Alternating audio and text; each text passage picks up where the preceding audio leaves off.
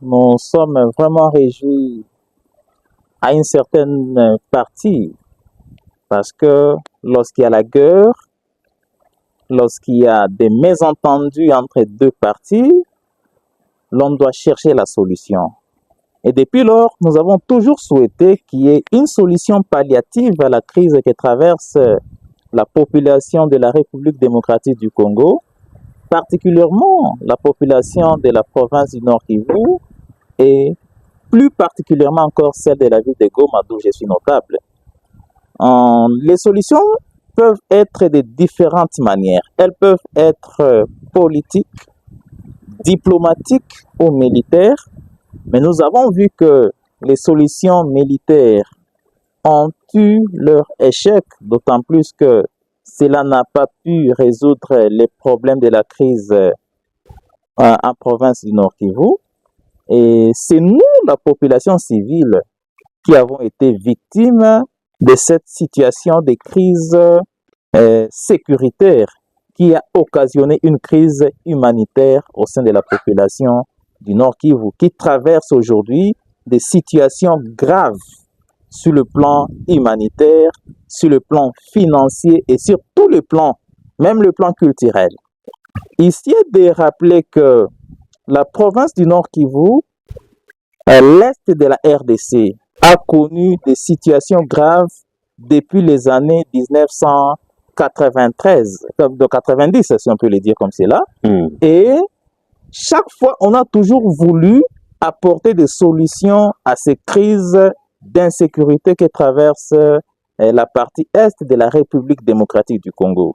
Nous avons vu différents accords qui ont été signés depuis toutes ces années jusqu'à aujourd'hui, mais apparemment, on n'a pas encore su toucher les vrais problèmes, les nœuds de la situation sécuritaire. Parce qu'à chaque fois qu'il y a des pourparlers, à chaque fois qu'il y a des dialogues, mais après un certain moment, la crise ressurgit. Ce qui prouve en suffisance que l'on n'a jamais su toucher la vraie plaie, le vrai problème, la vraie cause du problème sécuritaire à l'est de l'RDC. Cette fois-là, comme toutes les deux parties, la partie gouvernementale et la partie de l'AFC 23 sont en pourparlers, nous souhaiterions que l'on touche les vrais problèmes afin que cette situation de crise sécuritaire à l'est de la RDC prenne fin une fois pour toutes.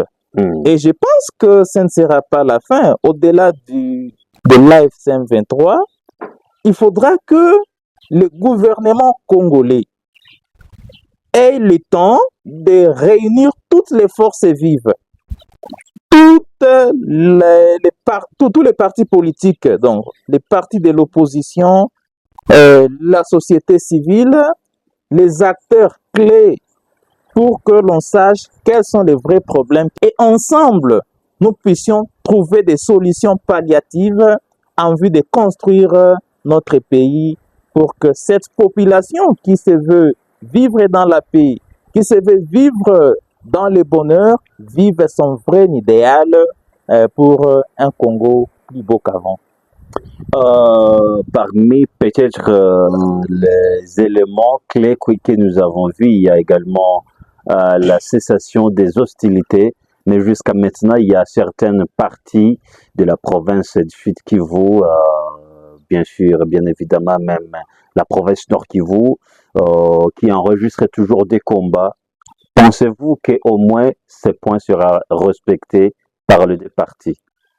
Bon, cela dépend de la conscience de tout un chacun. Il a été demandé que la trêve soit observée, c'est-à-dire la cessation immédiate des hostilités pendant cette période de pourparlers. Et toutes les deux parties en conflit se sont convenues et ont accepté qu'ils vont observer cette trêve. Et je crois que ça pourra aller et que toutes les deux parties, chacune dans sa partie, cherche à respecter cette trêve en attendant que l'on trouve des solutions. Certes que on peut observer certaines brebis galeuses, certaines personnes de mauvaise foi qui peuvent à un certain moment ne pas vouloir observer cette trêve. Qu'est-ce que vous attendez exactement de la résolution du conflit dans l'Est de la RDC? La population congolaise a toujours voulu vivre en paix, a toujours voulu vivre en cohabitation pacifique entre elles, mais aussi avec le voisin, les pays voisins. Et là, je cite particulièrement le Rwanda. Et nous, en tant que population lambda, nous n'attendons que la fin de la crise sécuritaire et l'ouverture des activités économiques et culturelles pour que la vie puisse avancer dans la vie normale. Bon, le conflit, à ce niveau ici où nous sommes, le Rwanda s'est retiré. À ce niveau où nous sommes, le dialogue est direct entre les fils du pays. Et donc, les fils du pays qui ont certaines revendications et ils ont eu l'espace, le gouvernement leur a accordé l'espace, qu'ils puissent se parler et exprimer leur mécontentement. À ce niveau ici où nous sommes, il est question que la partie adverse, la partie de l'AFC M23, exprime ses mécontentements devant le gouvernement congolais, exprime ses propositions pour que l'on trouve une solution définitive à la crise sécuritaire qu'a connue la province du Nord Kivu, la grande partie de l'Est de la RDC, voilà maintenant plus de 30 ans. Eh bien, nous attendons fermement la fin de ces dialogues, de ces pourparlers, et nous savons que toutes les deux parties vont user de leur conscience. Comme ils le disent, tous travaillent à l'intérêt de la population. Ils vont réfléchir pour que cette population trouve la paix. Et grâce à cette paix, la vie pourra aller mieux dans la vie de Goma. Et bien même, nous ne pouvons pas manquer à remercier toutes les organisations internationales qui se mettent à chercher la solution à cette crise. Là, nous pouvons citer à un certain moment, l'EAC avait commencé. Après l'EAC, il y a la SADC qui s'y est mis avec les accords de Luanda.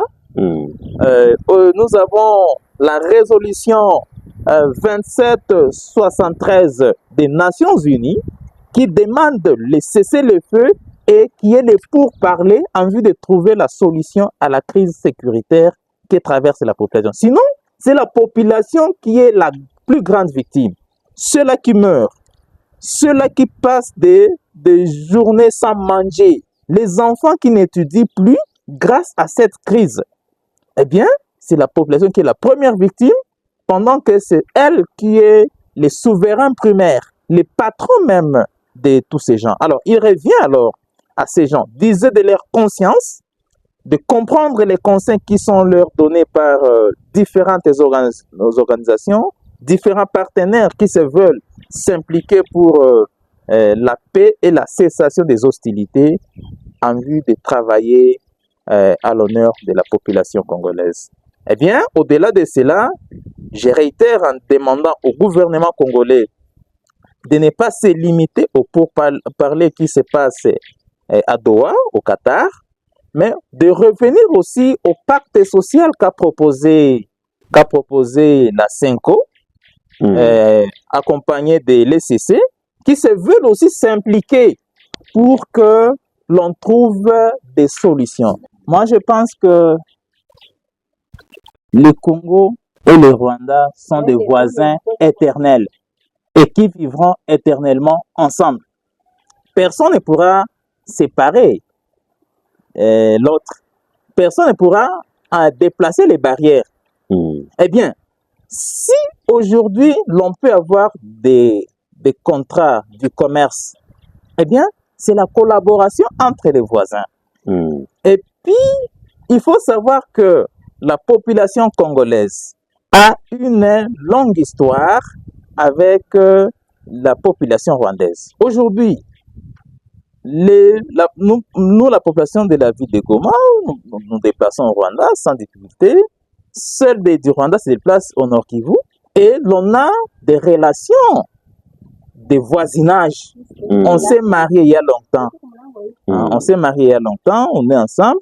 Eh bien, c'est les problèmes politiques qui séparent ces deux peuples. Mais les deux peuples n'ont pas de problèmes. C'est le problème seulement politique qui doivent trouver des solutions. Monsieur Denis Cicéron, je rappelle que vous êtes analyste politique de la province Nord Kivu, mais certainement aussi membre de la société civile Nord Kivu. Nous vous remercie d'avoir répondu à nos questions. C'est moi qui vous remercie, cher journaliste. Merci beaucoup. Merci beaucoup, monsieur le journaliste. Même au début de cette guerre, IPELA était parmi les organisations qui avaient émis le vœu que toute guerre au monde doit se régler d'une manière pacifique. Malheureusement, nombreux ne nous avaient pas compris et nous en sommes là. Mais comme il est dit en français qu'il n'est jamais tard pour mieux faire, nous félicitons et nous encourageons. D'ailleurs, aujourd'hui, nous avons fait sortir aussi un communiqué. Aujourd'hui, le 25 avril 2025, on a fait sortir un communiqué pour féliciter la délégation congolaise, la délégation du M23 FC, pour ce communiqué conjoint qu'ils ont signé, lequel communiqué amène à la cessation urgente des hostilités, la cessation urgente de tous les bruits qui peuvent nous conduire, à des guerres, et espérer à la paix parce que tous nous perdons quand il y a la guerre, tous nous perdons. On a donné l'exemple avec certains amis de l'UPELA. Avec cette guerre, d'abord il y a eu des morts. Que cela soit du côté du M23 FC, que cela soit du côté du gouvernement congolais, il y a eu des morts. Et l'intersection, c'est quoi? Ce sont des personnes congolaises qui meurent, ce sont des Africains qui meurent. Et ils auraient pu travailler pour l'intérêt de l'Afrique, cultiver les champs, être des chauffeurs, être des enseignants, être des journalistes. Mais tout simplement, parce que chacun était orgueilleux dans son coin, on s'est dit, OK, faisons les bras de fer que les plus forts l'emportent. Curieusement, il y a des gens qui meurent. Un autre élément par rapport à cette guerre, il y a des gens qui travaillent, qui ne travaillent plus. Il y a des gens qui travaillent, qui ne travaillent plus, parce que vous savez, les jours que la ville de Goma est tombée, il y a eu beaucoup de pillages. Donc aujourd'hui, il y a des commerçants. À peine qui a acheté ce qu'il aurait dû acheter, en gros, on a pillé toutes ces marchandises-là. Et aujourd'hui, ils sont dans la rue. Et je ne vous donne pas les exemples des établissements comme Kinmarché qui avaient été pillés, vandalisés. Que ce soit les responsables de ces entreprises, que ce soit les gens qui travaillent dans ces entreprises, ils ne travaillent plus. On a des gens qui vivaient des ports, des aéroports. Aujourd'hui, ce n'est plus opérationnel. Donc, dans la guerre, c'est tout le monde qui perd. C'est pourquoi nous, dans notre communiqué, nous avons salué le gouvernement du Qatar pour ces pas d'épée qu'il a pu faire en essayant d'abord, primo, le président de la République, Félix Tshilombo, en essayant le président du Rwanda, Paul Kagame, en leur montrant qu'ils sont avant tout africains. Et ça cause honte au monde quand ce sont des frères qui vont s'entre-déchirer. C'est de la malédiction pour l'Afrique. Et nous sommes en train de saluer, parce que nous savons qu'il n'est jamais tard pour mieux faire monsieur les journalistes. Ce que nous, IPELA, nous attendons, cette fois parce qu'il y a eu des accords. Chaque fois, il y a des accords dans ce pays. Mais nous voulons que ces accords soient sincères. C'est ça la demande que nous émettons. Que cela soit du côté du gouvernement, que cela soit du côté du M23 FC, nous voulons que les accords soient sincères. Il ne faut pas qu'on règle un problème par un problème. S'il y a des problèmes que l'M23 veut poser, que ces problèmes soient aussi pour l'intérêt du développement de notre pays. Parce que depuis 1960, nous sommes dans un cercle vicieux. Il n'y a pas de route d'ici à Massissi. Il n'y a pas de route d'ici à Bukavu. Les gens meurent dans cela parce qu'il n'y a pas de route. Nous, on aurait voulu que ces accords ne soient pas des accords qui vont remplacer Saint-Paul par Saint-Pierre, mais des accords qui règlent et qui amènent des solutions aux problèmes du peuple congolais. Et le problème du peuple congolais, qu'on dit que tout le monde, nous sommes parmi les gens malheureux dans ce monde, alors que nous sommes parmi les richards de ce monde. J'ai salué la fois passée la prédication le jour du Pâques du cardinal Fridolin Ambongo. Il a montré que tout ce qu'on a comme comme richesse, ça ne profite jamais au peuple congolais. Mais c'est quelques 4, 5, 6 familles politiciens qui jouissent de tout ce qu'il y a comme intérêt de la République démocratique du Congo. Nous avons des corruptions ici et là dans le chef de notre justice. En fait, on voudrait que ça ne soit pas un dialogue où l'M23 va venir avec son cahier de charge. Sitôt l'M23 satisfait, il va tourner le dos au peuple congolais. Mais que ça puisse être cette fois des échanges qui auront un impact sur le quotidien du peuple congolais, monsieur les journalistes. Ça aussi, on félicite. Vous savez, nous sommes des activistes des droits humains. Et étant activistes des droits de l'homme, notre priorité, c'est la paix. Derrière ça, nous avons une dose de panafricanisme. Le panafricanisme, comme là, nous l'a légué le père fondateur de ces précieux courants, je vais vous citer Kwame Nkrumah, pour un moment, il voulait que l'Afrique soit un seul pays. Je vais vous dire, pour ceux qui ne savent pas, monsieur les journalistes, les États-Unis d'Amérique sont constitués de plus de 50 États. L'Union européenne est constituée de plusieurs États. Alors nous, on s'est dit, comme Africains, nous ne perdons rien si nous pouvons être un. Les Rwandais, il n'y a pas de frontière entre nous et les Rwandais. Je me rappelle à l'époque du frère Vyarimana. Les Rwandais, les Zaïre, c'est une nation. Nos parents partaient d'abord, si vous pouvez même voir les noms. Il y a des noms congolais qui ressemblent aux noms rwandais, il y a des noms rwandais qui ressemblent aux noms congolais. C'est-à-dire, nous les Africains, nous n'avons pas encore compris que tant que nous n'avons pas encore compris que nous sommes des frères, nous allons enrichir l'Occident qui nous fabrique des armes, nous allons enrichir l'Occident qui attise les faits. Mais nous pouvons les surprendre. Moi, à un moment, j'avais proposé que Kagame et Tshisekedi peuvent s'asseoir et se dire désormais, fini la guerre. Au même moment, la guerre prend fin. Tout ce qu'il y a comme différent, on règle rapidement. Même sans aller au Qatar. Nous allons au Qatar parce que ça échoue en Afrique. Ça échoue en Afrique. Mais nous-mêmes, nous pouvons nous décider de prendre le taureau par les côtes. On s'est dit, nous jetons les armes dans le lac Kivu, nous cultivons ensemble. Ce qu'on produit ici, ça profite à la fois. Je vais vous donner un exemple. Aujourd'hui, nous buvons la bière du Rwanda parce que notre Bralima Bukavu a été vandalisé. Mais ça nous profite, non? Et si au Rwanda, il n'y en avait pas, ceux qui sont amateurs de la bière, qu'est-ce qu'ils prendraient? Et vice-versa. C'est-à-dire, nous devons comprendre que les organisations sous-régionales ont échoué. Quand on parle de la SADC, quand on parle de la CRGL, de l'EA, ce sont des organisations qui n'ont pas d'importance. Nous, on devrait nous consacrer sur l'Union africaine. Malheureusement, l'Union africaine qui n'est que des noms. Mais nous devons mener de grands combats. D'ailleurs, nous, à l'IPELA, nous avons ce courant-là pour asseoir le vrai panafricanisme. Que les gens puissent être libres en Afrique. Mais malheureusement, on nous a amené des sous-organisations régionales pour fragiliser cette grande unité. Vous avez des gens comme Kadhafi sont morts pour cette unité-là. Les Kwame Nkrumah sont morts pour cette unité-là. Alors nous devons nous battre aussi pour que cette unité, un jour, arrive à être une réalité dans l'Afrique ici. Et ce sera le gars de notre pays. Je vais vous dire, monsieur les journalistes, il faut voir même le monde sportif. Tous les gens que nous rejetons ici, ceux qui emportent des coupes du monde à l'extérieur là, des grands et excellents joueurs, ce sont des Africains qui ont peur de venir vivre chez nous ici. Parce qu'ils connaissent qu'à Gom, il ne dormira pas des jours. Il connaît qu'à un moment, il ne peut quitter Gisenyi, tomber à Gom, il ne peut quitter Gom, tomber à Gisenyi. Il se décide, il part en France, en Angleterre, au Royaume-Uni. Ce sont les joueurs qui font la fierté du monde aujourd'hui. Il y a beaucoup de cerveaux qui ont fui, des savants qui ont fui, tout simplement parce que l'Afrique a été fait une malédiction, il ne faut pas mieux vivre. Et vers la France, avec ces accords de paix entre la RDC et le Rwanda, sous la supervision des États-Unis, les États-Unis qui avaient signé aussi des accords avec la RDC, finalement aussi avec le Rwanda, vous pensez que ça va apporter de bons résultats?